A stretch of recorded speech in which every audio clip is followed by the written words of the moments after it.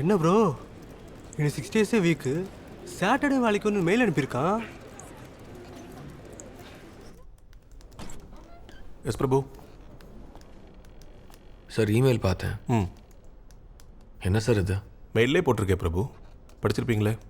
Sir daily 12 hours hard work பண்ணுறோம். சாட்டர்டேயும் எப்படி சார்? ஹார்ட் ஒர்க் பண்ணுறீங்களா? பண்ணி தானே ஆகணும் பிரபு, போங்க. முடியாது சார். முடியாதுன்னா புரியல. உங்களுக்கு 2 ஆப்ஷன் இருக்கு. ஒன்று ஒர்க் பண்ணலாம், இல்லைன்னா வேலையை ரிசைன் பண்ணிட்டு போயிட்டே இருக்கலாம். Choice is yours. ஒரு நிமிஷம். இப்போ நான் உங்கள் இடத்துல இருந்தால் ரொம்ப பொறுமையாக நிதானமாக யோசித்து பேசுவேன். கோவத்தில் வேலையை விட்டு வெளியே போய் என்ன பண்ண போகிறீங்க? கோவிட்க்கு அப்புறம் வேலையில் இருக்கிறதுக்கே லக்கி நீங்கள். யோசிச்சுக்கோங்க.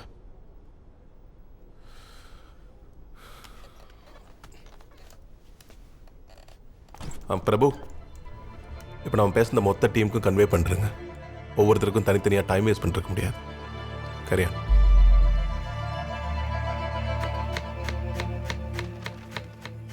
எப்படி பேசணும் தெரியுமா அவன்?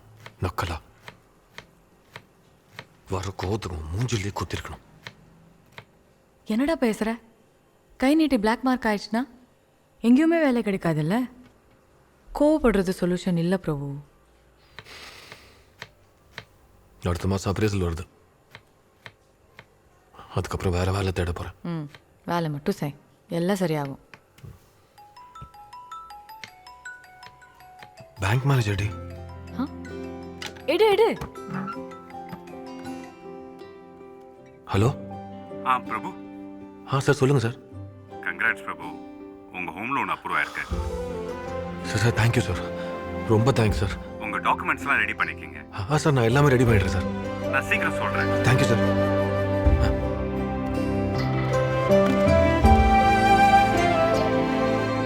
அப்பாட்ட சொல்.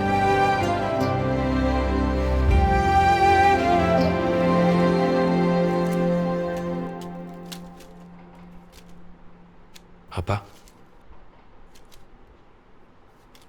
Housing loan sanction ஆயிருக்குப்பா.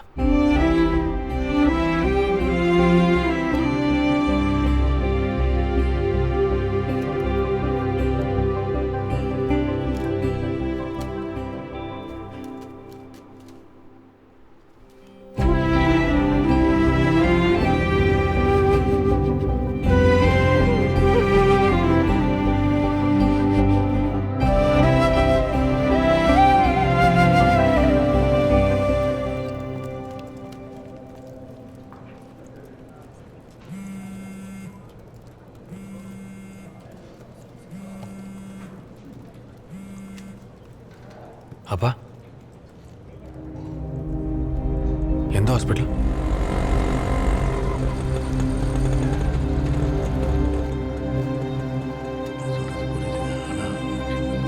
சார், இதை இங்கே பேசி முடிச்சிருங்க. டொமஸ்டிக் வயலன்ஸ் கேஸ், புரியுதுல்ல? புரியுது சார். சார் சார் ஒரு நிமிஷம் சார் ப்ளீஸ். சார் நமக்குள்ளே பேசி சரி பண்ணிக்கலாம் சார். கேஸாக பார்த்துக்கங்க ப்ளீஸ் சார். இப்போ வந்துடு, 10 நிமிஷம் சரிங்களா? சரி போங்க. பாப்பா பாப்பா.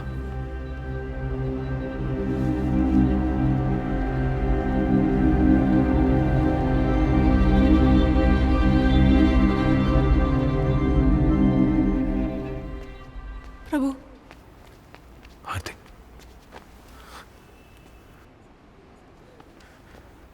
உனக்கு ஒன்றும் ஆலியா? தம்பி உள்ள போய் பாருப்பா. நேரோ எஸ்கேப் மேடம், கண்ணு போயிருக்கோம். ஒன்றும் ஆளல. டொமஸ்டிக் வயலன்ஸ் கேஸ் போட்டு இவ்வளோ உள்ள தள்ளியிருக்கேன் சார். கேஸ்லாம் அதுக்கு சார். நான் வேணா பண்ணி கேட்டுக்கிறேன் சார். நான் உங்கள் காலில் விழுத்துறேன் சார். மன்னிச்சுங்க சார். என்னப்பா நீ ஏன் கால்ல விழற? நீ சும்மா கேட்டனா? நான் பேசிட்டு இருக்கேன்ல இரு. சார், நீங்க கெஞ்சறதுக்காகலாம் இல்ல. போலீஸ் கேஸ்னு வந்தா எங்க குடும்பமானதா போகும், அதுக்காக விடுறேன். கூட்டிட்டு போங்க சார் அவளை. சொல்லுங்க சார், அவங்களை கூட்டு கிளம்புங்க. பேசாம வா ஆர்த்தி, பேசாம வரியா? அப்பா வாங்கப்பா.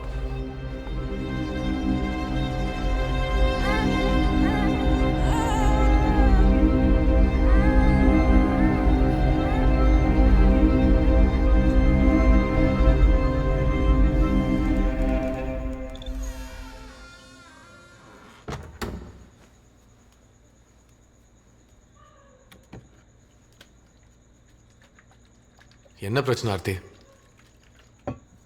டயர்டாக இருக்கடா, காலைல பேசிக்கலாமா? புருஷனை கை நீட்டி அடிப்பியாடி. இத்தனை வருஷத்துல உன் மேல கை வச்சிருப்பாரா? அடித்தா மட்டும்தான் வயலன்ஸா? என்னவோ பண்ண. இவ்வளோ செலவு பண்ணி உன்னை பெரிய இடத்துல கல்யாணம் பண்ணி வச்சா அதான் பிரச்சனை. அதான் பிரச்சனை.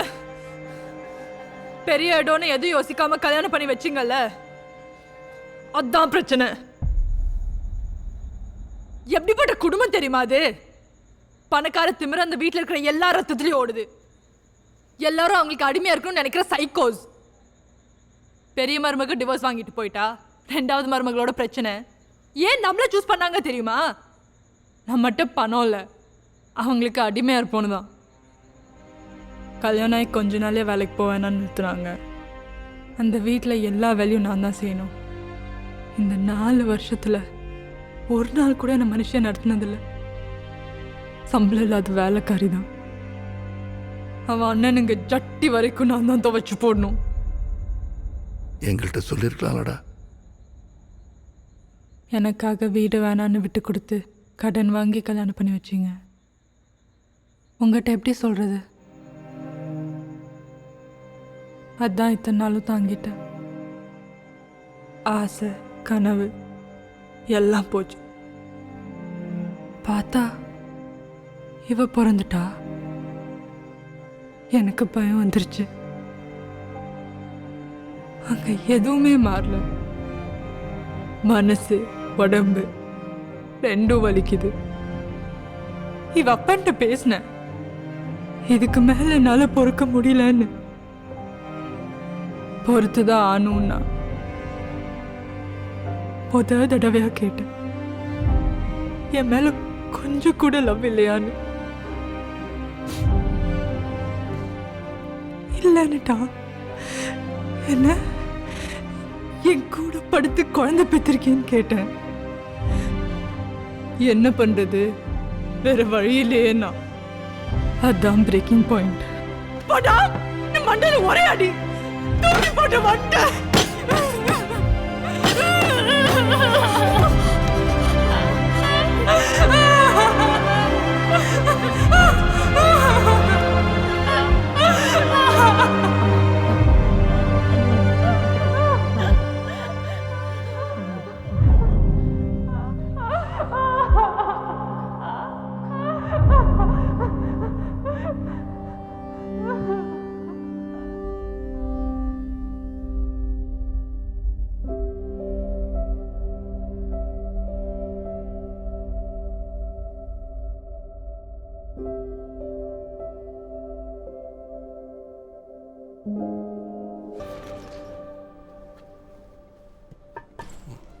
பிரபு சார் வாங்க.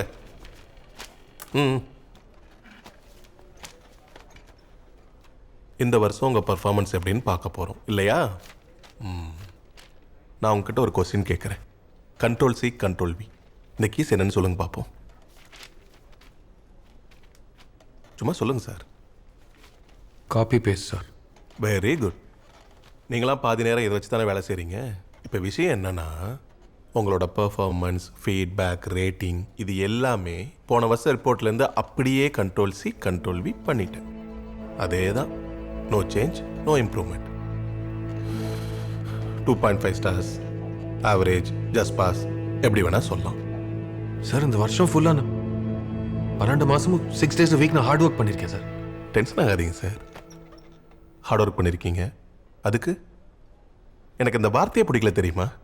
இந்தியாவில் இத்தனை கோடி பேர் இருக்கான், எவனை கேட்டாலும் ஹார்ட் ஒர்க் பண்ணுறாங்கிறான். இங்கே ஹார்ட் ஒர்க் பண்ணிலாம் முன்னேற முடியாது. That's harsh truth. உண்மைதான் சார். எவ்வளோ ஹார்ட் ஒர்க் பண்ணாலும் எவனோ ஒருத்த மேலே உட்காந்து உறிஞ்சு தின்னுட்டு போய்ட்றான். நல்லா பேசுகிறீங்க பிரபு சார். நீங்கள் போங்க, உங்கள் சீட்டில் உட்காந்து கண்ட்ரோல் சி கண்ட்ரோல் வி பண்ணுங்க. நோ தேங்க்ஸ் சார், நான் என் வேலையை ரிசைன் பண்ணிக்கிறேன். பிரபு சார் யோசிச்சு தான் பேசுகிறீங்களா? ஒரு கீபோர்ட் போதும் இல்லை sir. Control C control we நான் எங்கே வேணால் போயிடுச்சுப்பேன். அவ்வளோ ஈஸி இல்லை பிரபு சார். உங்கள் வயசு என்ன? 34. வெளியில் போய் வேலை கிடைக்கலனா என்ன பண்ணுவீங்க? நீங்கள் சீனியர் ப்ரோக்ராமர் தான், இன்னும் டீம் லீடராக கூட ஆகலை. சரி, அப்படியே அலைஞ்சி திரிஞ்சு ஹார்ட் ஒர்க் பண்ணி வேலை கிடைச்சாலும் 100% சொல்கிறேன், இதே மாதிரி தான் இருக்கும். Control C, Control V, என்ன மாதிரி ஒரு சுப்பீரியர். வெளியே 1000 யங்ஸ்டர்ஸ் இருக்கான் சார். 1 மாதம் ட்ரைனிங் போதும் உங்கள் லெவலுக்கு அவனை கொண்டு வந்துட முடியும். ஹோம் லோன் வேறு போட்டிருக்கீங்கல்ல?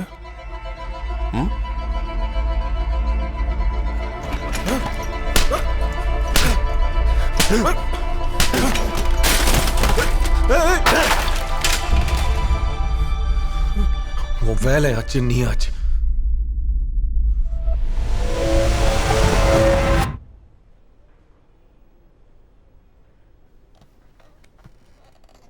நான் ஆவரேஜ்னு அக்செப்ட் பண்ணிக்கோங்க பிரபு சார். லைஃப் ரொம்ப ஈஸியாக இருக்கும். குடும்பம், சேலரி, இஎம்ஐ, ஹோம் லோன், இப்படியே ஒரு 25 வருஷம். Control C, Control V. பிரபு வந்துட்டான்.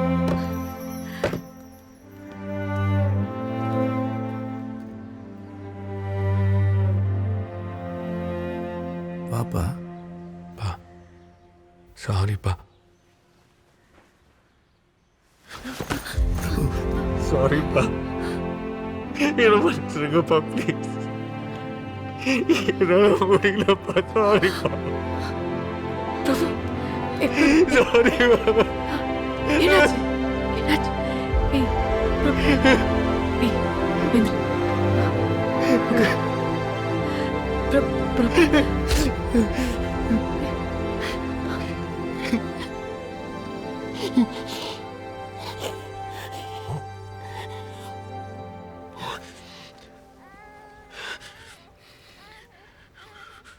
பேங்க் லோன் வேணான்னு வந்துட்டேன்.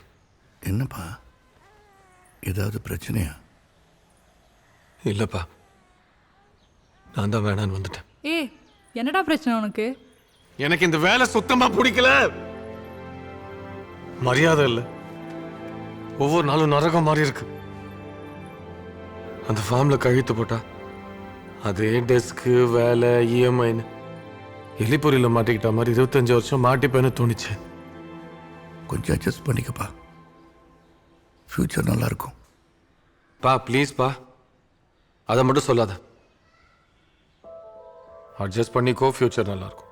அட்ஜஸ்ட் பண்ணிக்கோ, ஃப்யூச்சர் நல்லா இருக்கும். சின்ன வயசுல இருந்து கேட்டுட்டு இருக்கேன். அந்த ஃப்யூச்சர் எப்போ வரும் தான் தெரியல. வாழ்ந்து செத்துருவோம் போல இருக்கு. நம்மள மாதிரி குடும்பம்லாம் ஃப்யூச்சர்ல நல்லா இருப்போம்னு மட்டும்தான்ப்பா நம்பி வாழ்ந்துட்டு இருக்கோம். பிரசன்ட்ல வாழ்ந்ததே இல்லைப்பா.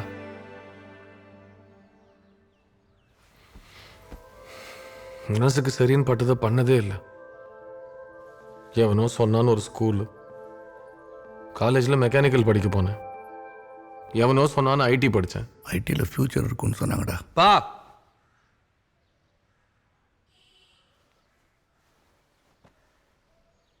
ஐடிக்கு ஃப்யூச்சர் இருக்குப்பா. ஐடியில் எனக்கு ஃப்யூச்சர் இல்லை. இப்போதான் புரிஞ்சுக்கிட்டேன். அந்த மேனேஜர் செருப்பால் அடித்த மாதிரி சொல்லிட்டான். நான் ஒரு ஃபெயிலியர்ப்பா, ஃபெயிலியர். வராத படிப்பு, வராத வேலை, ஃபிட் ஆகாத இடத்துலலாம் ஃபிட் ஆக ட்ரை பண்ணி கோமாளி மாதிரி இருக்கேன். அவமானமா இருக்கு. வேற வழி இல்லடா, குடும்பத்துக்காக ஓடிதான் ஆகணும். பா இல்லப்பா, இந்த குடும்பம், தியாகம், அது இதுன்னு நம்மளே ஏமாத்திட்டு இருக்கோம். ஆர்த்தி லைஃப், என் லைஃப், நம்ம யாரும் சந்தோஷமா இல்லை. வேலையை விட்டுட்டு என்னடா பண்ணுவேன்? எனக்கு வர ஒரு வேலை, அதுல கிடைக்கிற பணம், மரியாதை, நிம்மதியா ஒரு வாழ்க்கை போதும்பா.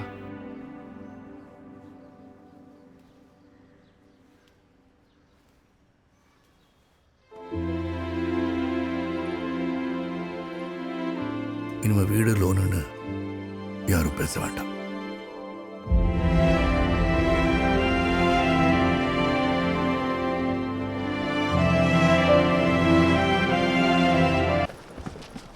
2854/2024.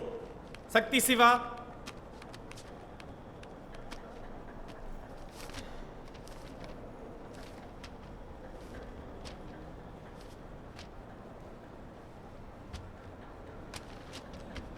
சொல்லுங்க. யுவர் ஆனர், 5 கவுன்சிலிங் அட்டென்ட் பண்ணியிருக்காங்க.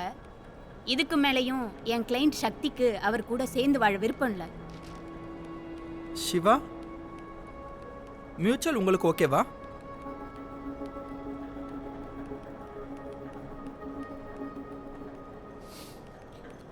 சம்மதம் மேடம்.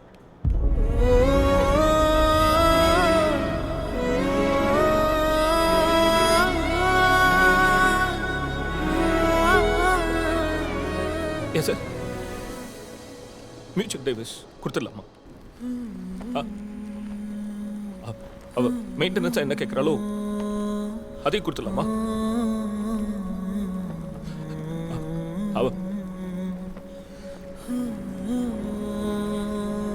அவளாவது சந்தோஷமா இருக்கு சார்.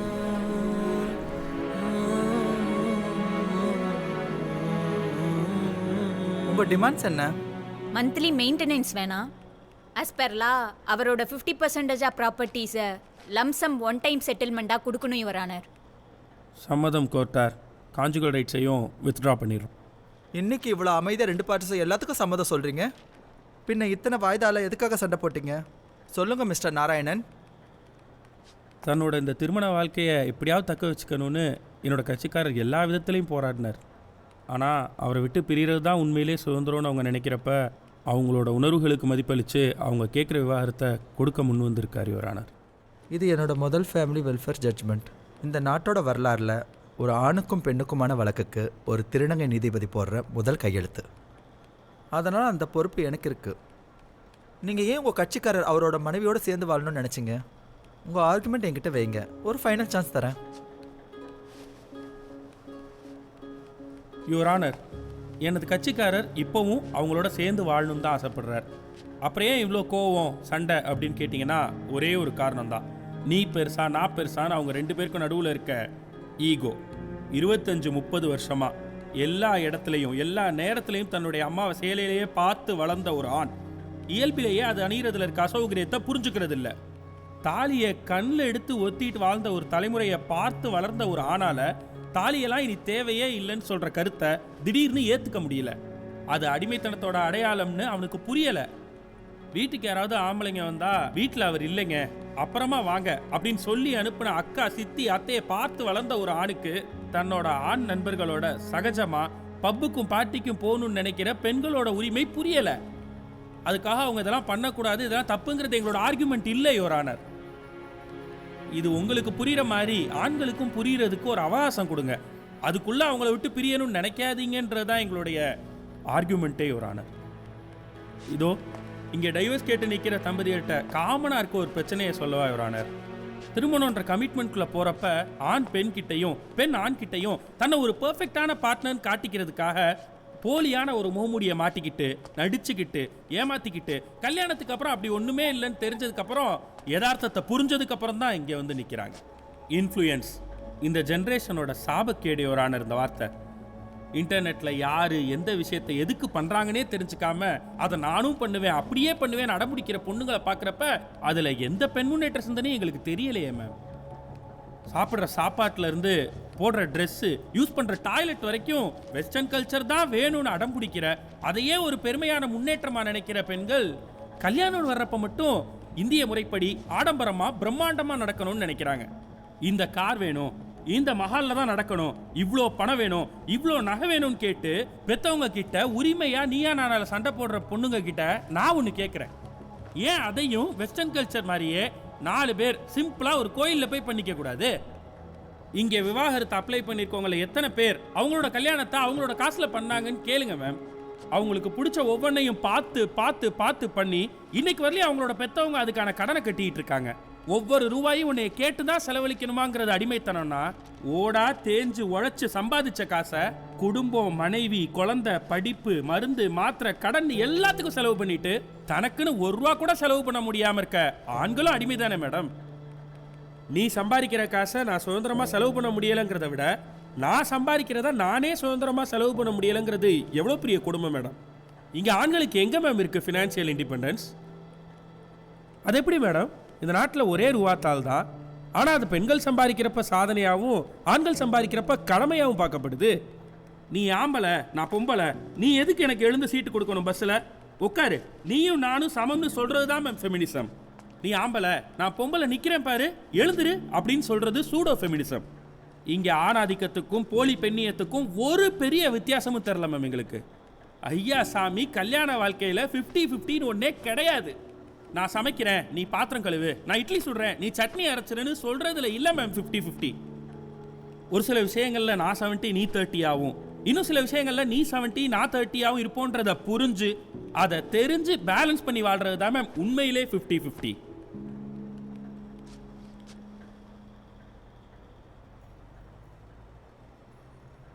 ஒரு ஆண் தன்னோட குடும்பத்துக்காக தன்னோட வயசு இளமை எல்லாத்தையும் தியாகம் பண்ணி கொஞ்சம் கொஞ்சமாக ஒரு அழகான உலகத்தை உருவாக்குறான். எல்லாத்தையும் உருவாக்கி முடிச்சுட்டு இனி நிம்மதியாக வாழ போகிறோன்னு நினைக்கிறப்ப நீ என் கூட நேரம் செலவு பண்ணல, நீ குடும்பம் நடத்துறதுக்கே லாய்க்கு இல்லைன்னு சொல்லி அவன் அந்த உலகத்தில் தனியாக விட்டுட்டு போனான். அவன் அங்கேயே அனாதையா யாரும் இல்லாமல் அப்படியே நின்றுருவாங்க. இங்கே எல்லாருமே நான் ஏன் விட்டு கொடுக்கணும் நான் ஏன் விட்டு கொடுக்கணும்னு கேட்டுக்கிட்டே இருக்காங்க. கல்யாண வாழ்க்கையோட அழகே விட்டு கொடுக்கறது தானே மேடம்.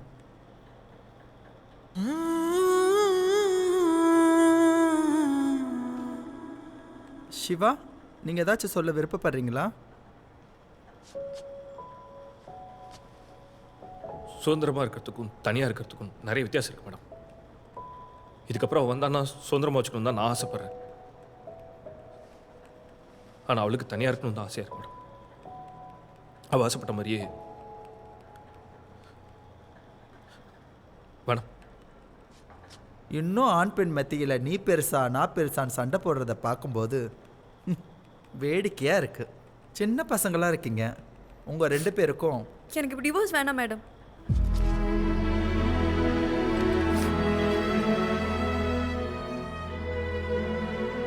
அவங்க சொன்ன எல்லாத்தையும் நியாயம்லாம் நான் ஒத்துக்கல. சில விஷயத்தெல்லாம் பொண்ணு இல்லாத வரைக்கும் இவங்களால புரிஞ்சுக்கவே முடியாது. இப்ப கூட என்னால இவரை மன்னிச்சு இவர் கூட உடனே எல்லாம் வாழ முடியாது. ஆனா எனக்கு இப்ப டிவோர்ஸ் வேணாம் மேடம்.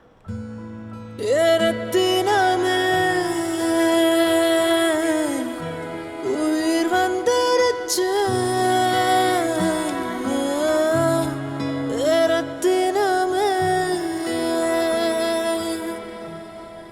அடுத்த வாய்தா இன்னும் 3 மாதம் தள்ளி போடுறேன். உங்கள் முடிவை மாற்றிக்கிட்டு கோர்ட்டுக்கு ஜோடியாக வந்து சேர்ந்தா நான் சந்தோஷப்படுவேன்.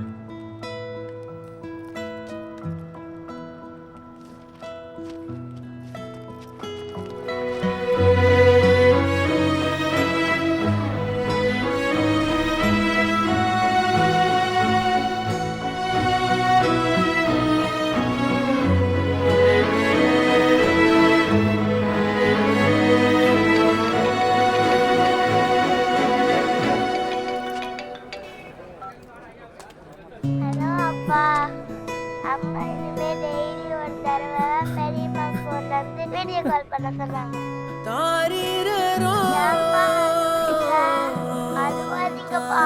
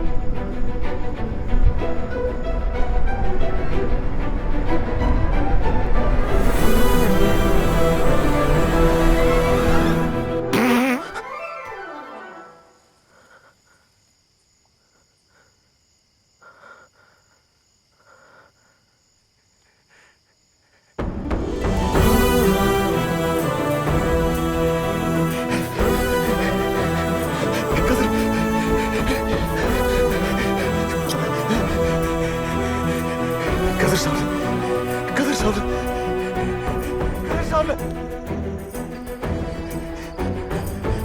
கதிர் சாப்பிடு, உயிரோட தான் இருக்கா. கதிர் சாப்பிடு, கதிர் சாப்பிடு, உயிரோட தான் இருக்கா. கதிர் சாப்பிடு.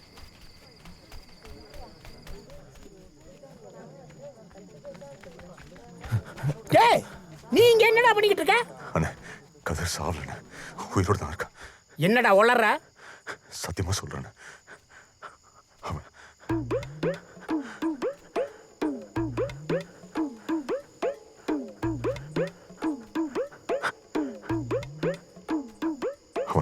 குசு விட்டான்.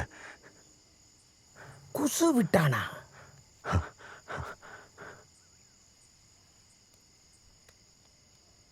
அண்ணே அண்ணே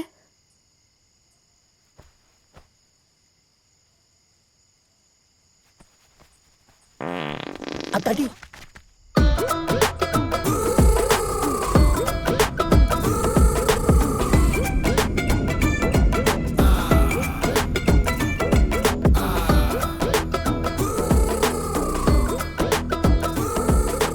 டேய், கிளவி எங்கடா? வரட்டி எடுக்க போயிருக்குப்பா.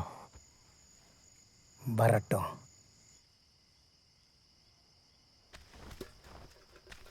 போயிட்டான்டா, வாயுப்பா. கொஞ்சம் ஒரு வாட்டி பார்த்து சொல்லுதா. டேய், எனக்கு தெரியாதா?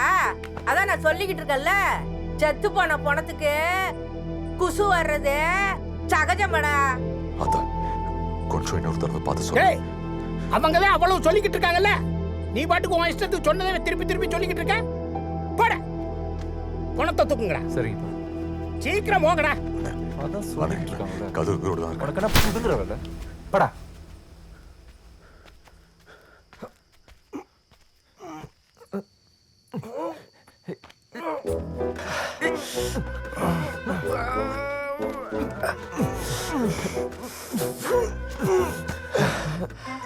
டேய், என்னடா பண்ணிக்கிட்டு இருக்கீங்க?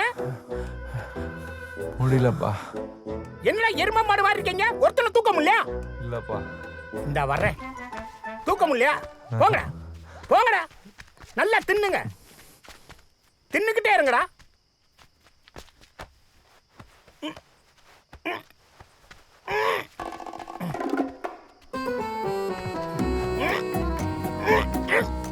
வந்து தொலைங்கடா, வாங்கடா. புடி, காலப்படி.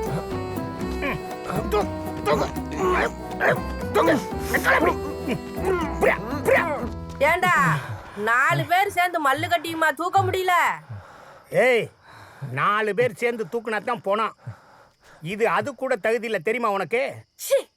அவ இருக்கிற வரைக்கும் எப்ப தொலைவான்னு பேசிட்டு இப்ப அவ சாவுல கூட இப்படி பேசிட்டு இருக்கீங்க. என்ன பிரபா, ரொம்ப வாய் நீளுது. உங்க அண்ணன் பேசின பேச்சுக்கு ஊர்ல இருந்து ஒருத்தன் வந்திருக்க கூடாது. ஏதோ போனா போச்சுன்னு வந்தா. ஐயா சாமி, நீங்க யாரும் எதுவும் பண்ண வேணாம். மணி, நீ வந்து அண்ணனை தூக்கு, இங்க இருந்து போலாம். என்ன மணி வந்து தூக்கு? இங்க 4 பேர் சேர்ந்தே தூக்க முடியலையா? மணி வந்து என்ன கிழிக்க போறாரா? டேய், நீங்க எல்லாம் என்னடா நின்னுக்கிட்டு இருக்கீங்க? வாங்கடா போலாம். அவன் வந்து கிழிக்கட்டும். அவன் வந்து எப்படி தூக்குறேன்னு நாங்களும் பாக்குறோம். போட, போய் தூக்கு.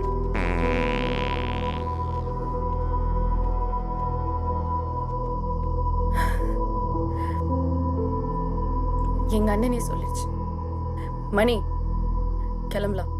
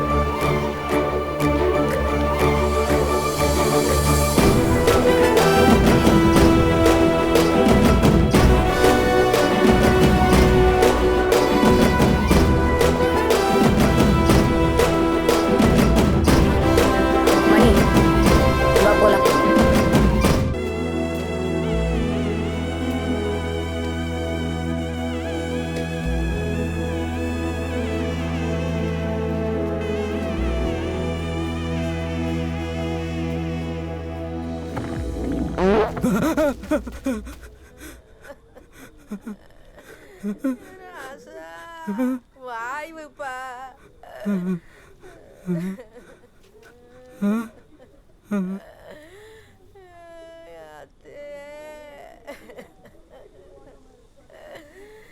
ஐயா ஐயா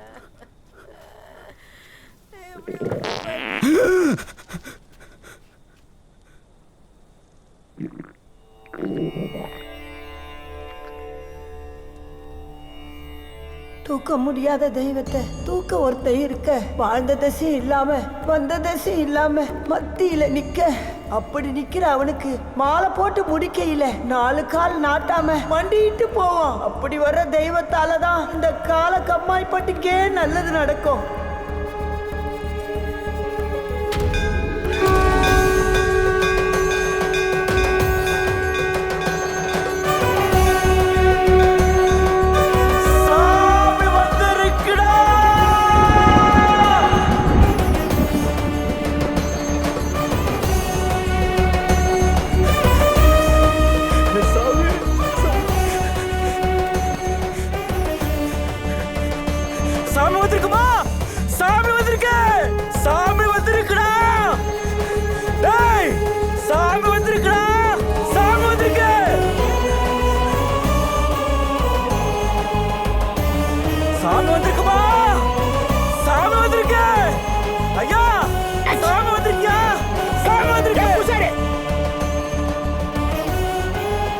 என்ன விளையாட்டு காட்டிக்கிட்டு இருக்க?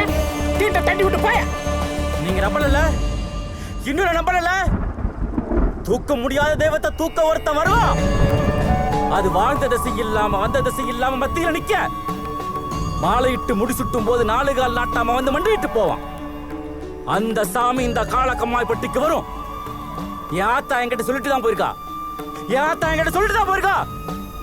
ஏ பூசாரி, உங்க அம்மா சொல்லிட்டு போயிருக்குன்னு எங்களுக்கும் தெரியும். ஆளும் மொகரக்கட்டை. தூக்க முடியாத தெய்வத்தை தூக்க ஒருத்த வருவான். அது இவன் தான்.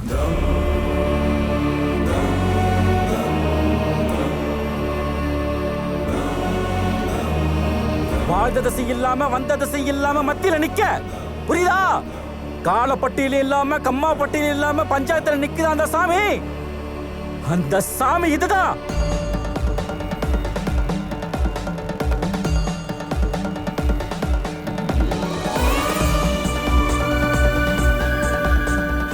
மாலையிட்டு முடிசுட்டும் போது 4 கால் நாட்டாம வந்து மண்டிட்டு போவான். நான் மாலையிட்டு முடிசுட்டும் போது 4 கால் நாட்டாம சேர்ல உட்கார்ந்திருக்கா சாமி, உட்கார்ந்திருக்கா. ஏ பூசாரி, 4 கால் நாட்டாம மண்டிட்டு போவான்னு உங்க அம்மா சொன்னா தானே சொன்னேன். இப்ப என்னமோ 4 கால் நாட்டாமன்னு சேர கை கட்ட.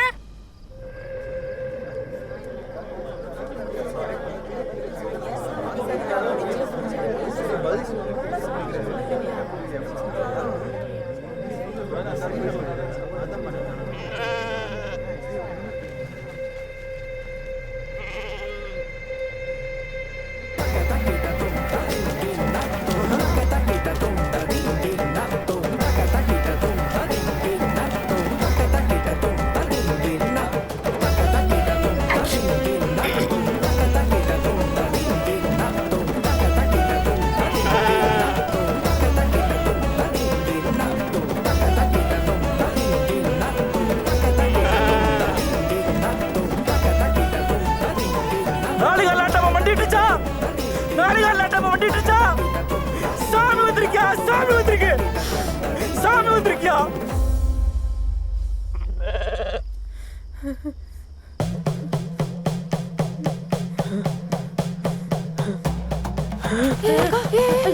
கலா, கலா, கலா, என்னமாச்சு?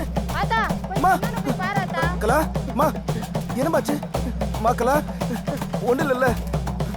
அத்தா, கொஞ்சம் என்னன்னு பாரு.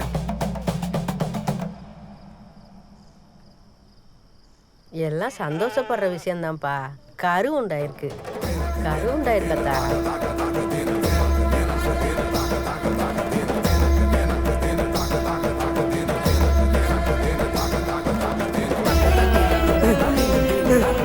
சாமி, சாமி, சாமி,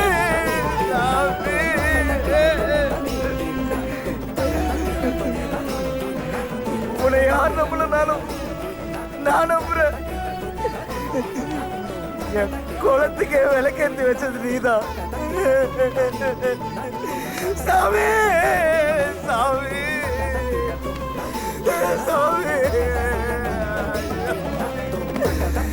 சாமி சாமி. நீ யாரும் நம்பல, இன்னும் என்ன நம்பல. உங்களுக்கெல்லாம் சாமியோட உத்தரவு கிடைக்கவே கிடைக்காதியா.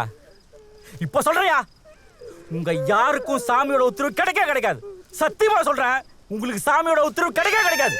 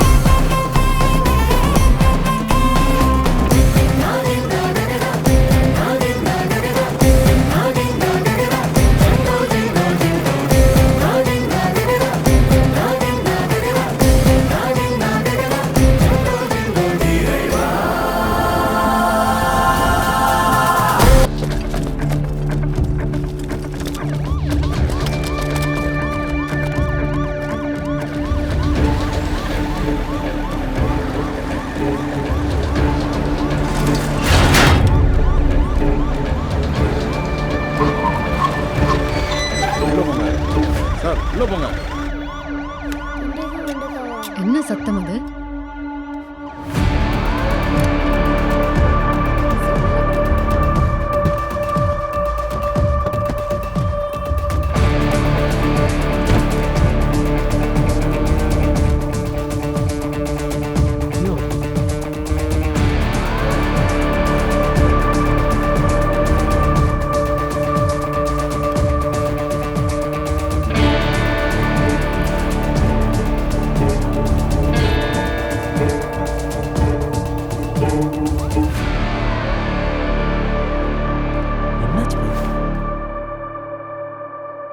என்னோட பேரு விஜய் பாஸ்கர். நாங்க எல்லாம் ராமேஸ்வரத்துல வரோம். நீங்க எல்லாம் இருக்க இதே ஏரியால ஸ்ரீலங்கால இருந்து ஓடி வந்த ஒரு டெரரிஸ்ட் ஃபேமிலி உங்களோட தான் இங்க வாழ்ந்துட்டு இருக்காங்க. ராமேஸ்வரத்துல நடந்த பாம்பு பிளாஸ்டுக்கு அவங்க தான் காரணம். எங்களுக்கு அந்த ஃபேமிலி வேணும். ஒழுங்கு மரியாதை நீங்களே வந்து சரண்டர் ஆயிட்டீங்கன்னா எந்த பிரச்சனையும் இல்லாம இங்க இருந்து கிளம்பிடலாம். ஒருவேளை நாங்க வந்து கண்டுபிடிச்சோம், அதோட கான்சிக்வன்ஸ் ரொம்ப பயங்கரமா இருக்கும். இந்த ஏரியா முழுக்க பிளாக் பண்ணிருக்கோம். சோ இங்க சரண்டர் ஆகிறதா உங்களுக்கு இருக்க ஒரே வழி. மத்தவங்க எல்லாம் அவங்கவுங்க வீட்டிலே இருங்க. நாங்க இப்ப ஒவ்வொரு வீடா இன்வெஸ்டிகேட் பண்ண வருவோம். தயவு செஞ்சு கோஆபரேட் பண்ணுங்க. அப்படி இல்லைன்னா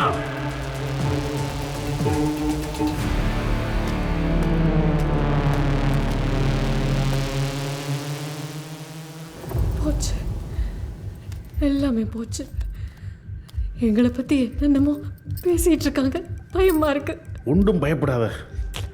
அப்பா, மாமாக்கு கால் பண்ண சிக்னல் கிடைக்கல. என்ன நடக்குதுன்னு விளங்கல.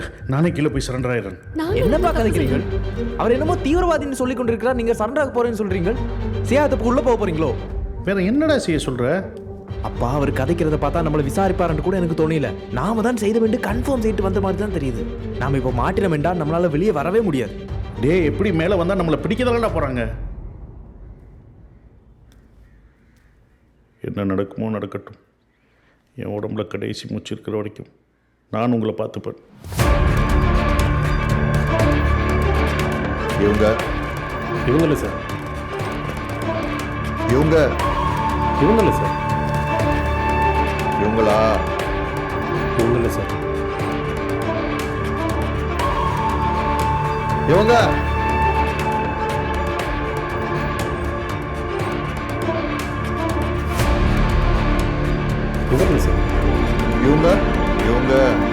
சார் இவங்க இல்லையா?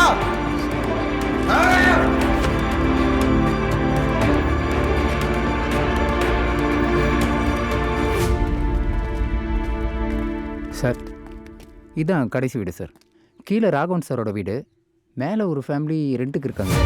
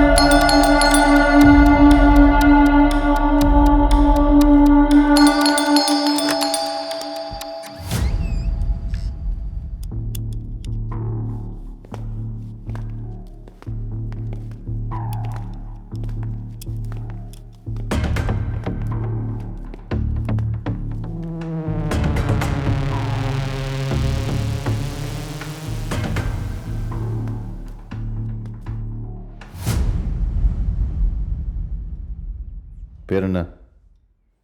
தர்மதாஸ். எங்கே வேலை பார்க்குற? எதிர் வீட்டில் ரிச்சர்ட் சாட்டை டிரைவராக வேலை பார்க்குறேன்.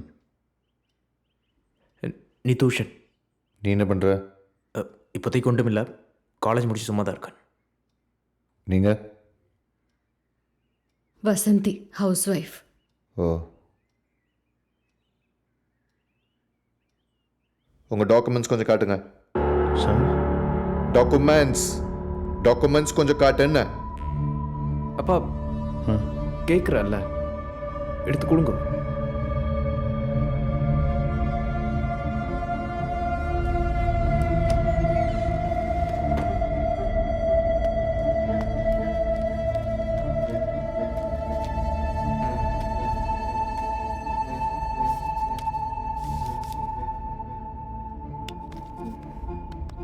இந்த வீட்டில் எத்தனை வருஷமா இருக்க? அது வந்து 8 வருஷமா.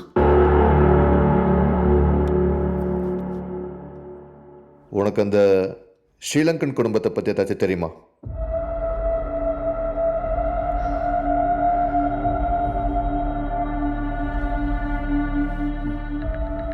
ஒன்றும் விளங்கலையே சார். அப்புறம் எதுக்குடா அந்த தமிழில் பேசுகிற? அவனை கூப்பிடு.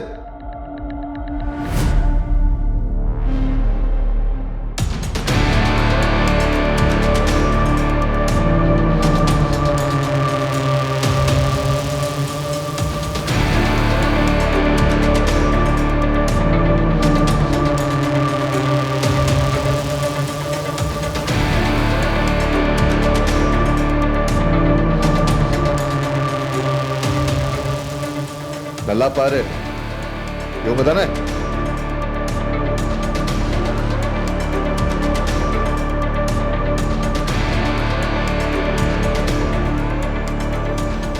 ஒழுங்கா பார்த்து சொல்லு, இவங்க தானே?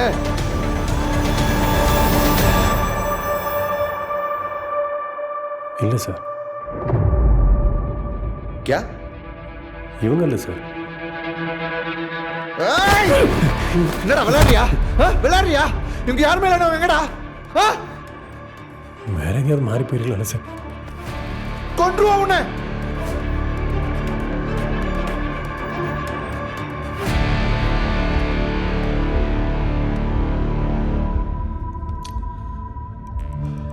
இங்க பாரு ப்ளீஸ், இந்த கேஸை முடிச்சாதானே இதை வச்சு என்ன காப்பாத்திக்க முடியும். தயவு செஞ்சு சொல்லு, அவங்க தானே இருக்கான்? இல்லை சார். அந்த 2வது வீட்டில் பார்த்தமே அவங்க தானே? இல்லை சார். அந்த 3வது வீட்டில் பார்த்தமே அவங்க தானே? இல்லை சார். அந்த 4வது வீட்டில் பார்த்தமே அவங்க தானே? அந்த 5வது வீட்டில் பார்த்தமே சொல்றா. சார் கேபே, நீங்கள் அடிச்ச பையன் இறந்துட்டானா சார்? உங்களை அரெஸ்ட் பண்ண சொல்லி ஆர்டர் வந்துருக்கு. இங்கேருந்து சீக்கிரம் கிளம்பிடலாம் சார்.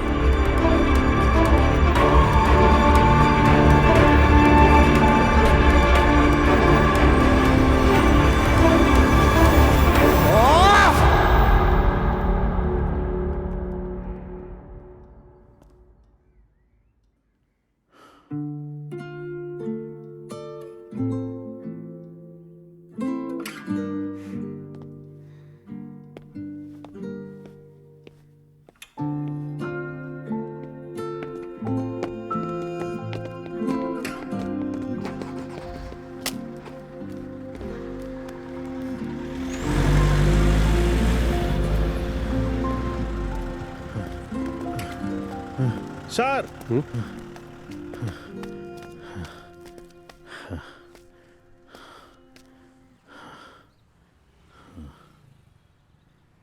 எப்படி சார் இருக்கீங்க?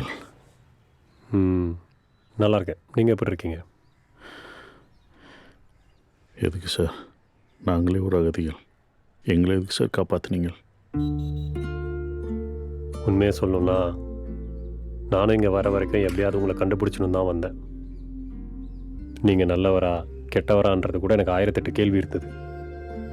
ஆனால் இங்கே வந்ததுக்கப்புறம் தான் என்னோடய எல்லா கேள்விக்கும் பதில் கிடச்சிது. விளங்கே இல்லை.